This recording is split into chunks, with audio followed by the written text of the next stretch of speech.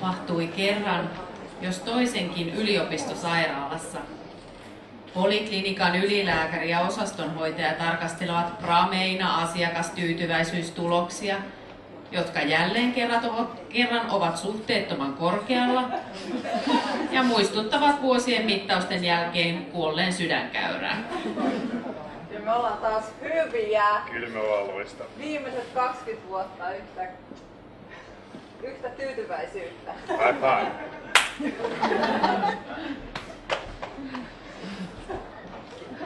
Samanaikaisesti toisaalla nuori äiti etsii hätääntyneenä sairaalan ensiapua, jonka hän löytää kysymällä toiselta potilaalta.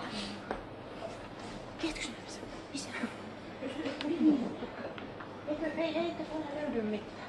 Halutaan missä lapsen kanssa. Samanaikaisesti vielä ensiavussa eräs potilas odottelee 8 tuntia vastaanotolle pääsyä. Mummo-osastolla sen sijaan on odottanut mehua 6 tuntia.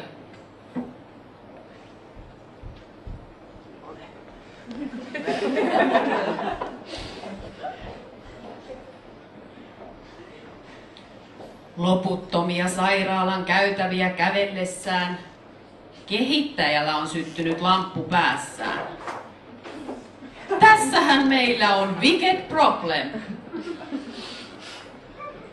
Kehittäjä ymmärtää, että meidänhän on mitattava kokonaisuutta potilaan silmin, eikä osia, mitä me nyt olemme tehneet. Katsotaanhan, miten kaikki nyt sujuu. Tutkimustemme mukaan potilaskokemus koostuu seuraavista osa-alueista. Hoidon sujuvuus, tekninen osaaminen, kohtaamisosaaminen ja riittävä tieto kokonaisuudesta. Nyt potilas arvioi kokemustaan hoidon eri vaiheissa. Potilas saapuu lasten osastolle. Ensin hän tapaa hoitajan. Tervetuloa. Kiitos. Voi olla 2 vuorokautta kuume. Ihana vauva, ai kuinka kaunis vauva. Kun ei kuume laske. Voi, pikku Parka. Katsopas tässä näet.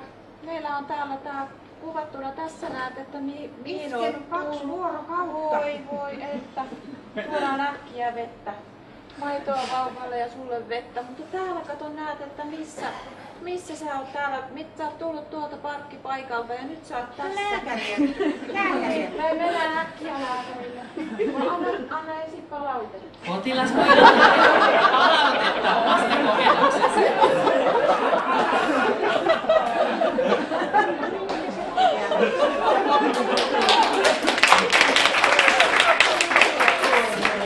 Seuraavaksi potilas siirtyy toiseen vaiheeseen omalla palvelupolullaan. Hän tapaa lääkärin. Se 2 vuorokautta kuumetta ollut ja itkee koko aika. Mitä tehtäis, niin kauhea kuume? Lääkettäkin varmaan.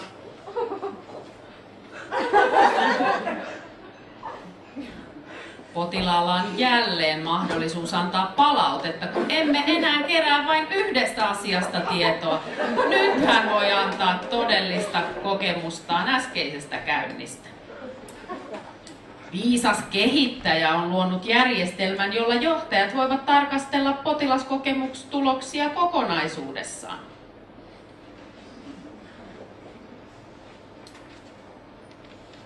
Johtajat tajuavat, että todellisuus potilaan kokemuksesta onkin osiensa summa.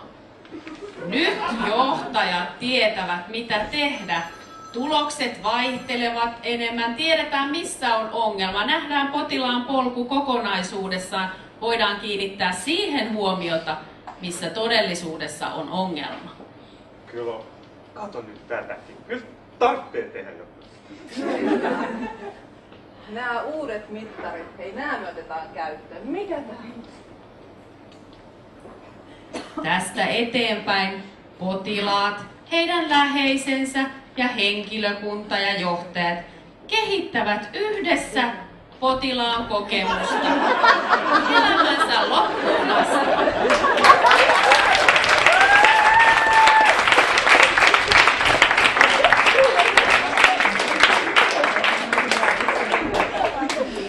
Hienoa. Maanantaina. Elikkä meillä on tosiaan maanantaina aikataulu on tiukka, mutta meillä on erittäin hyvä pohjatyö tehty tässä. Eli 8 aamulla meillä on tämä mittariston jatkokehitys, johon me otetaan henkilöstö mukaan. Eli me otetaan sillä, että me pidetään semmoinen työpaja vähän vastaavanlainen henkilöstön kanssa, jolla me mietitään tätä kysymyspatteristoa vielä. Ja samalla lailla käytetään intraa, pyydetään kommentteja siitä kysymyspatteristosta. Kello 9 me lisätään mittaristoon tämmöiset yksilölliset kunkin yksikön omat kysymykset näiden yhteisten kysymysten lisäksi. Kello 10 me pudottaa vanhat mittaukset pois.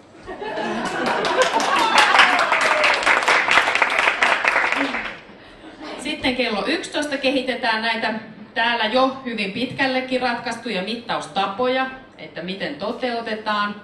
Kello 12 kehitetään raportointijärjestelmää johtajien kanssa.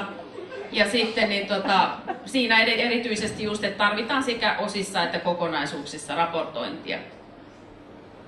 Kello 13 tehdään sitten tämmöinen Kuuntelen sinua -maskotti, joka täällä on taustalla. Eli tästä tehdään sekä meidän lomakkeisiin, sähköisiin versioihin tämmöinen maskotti, joka seuraa, eli siinä lukee tähti potilastossa hänen hiippalakissansa.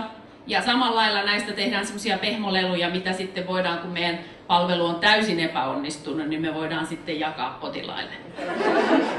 Kello 14, joo. Ja sitten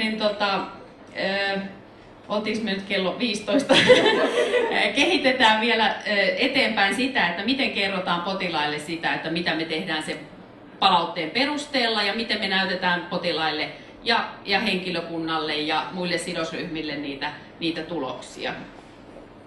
Sitten sit me pidetään kello 16 ehkä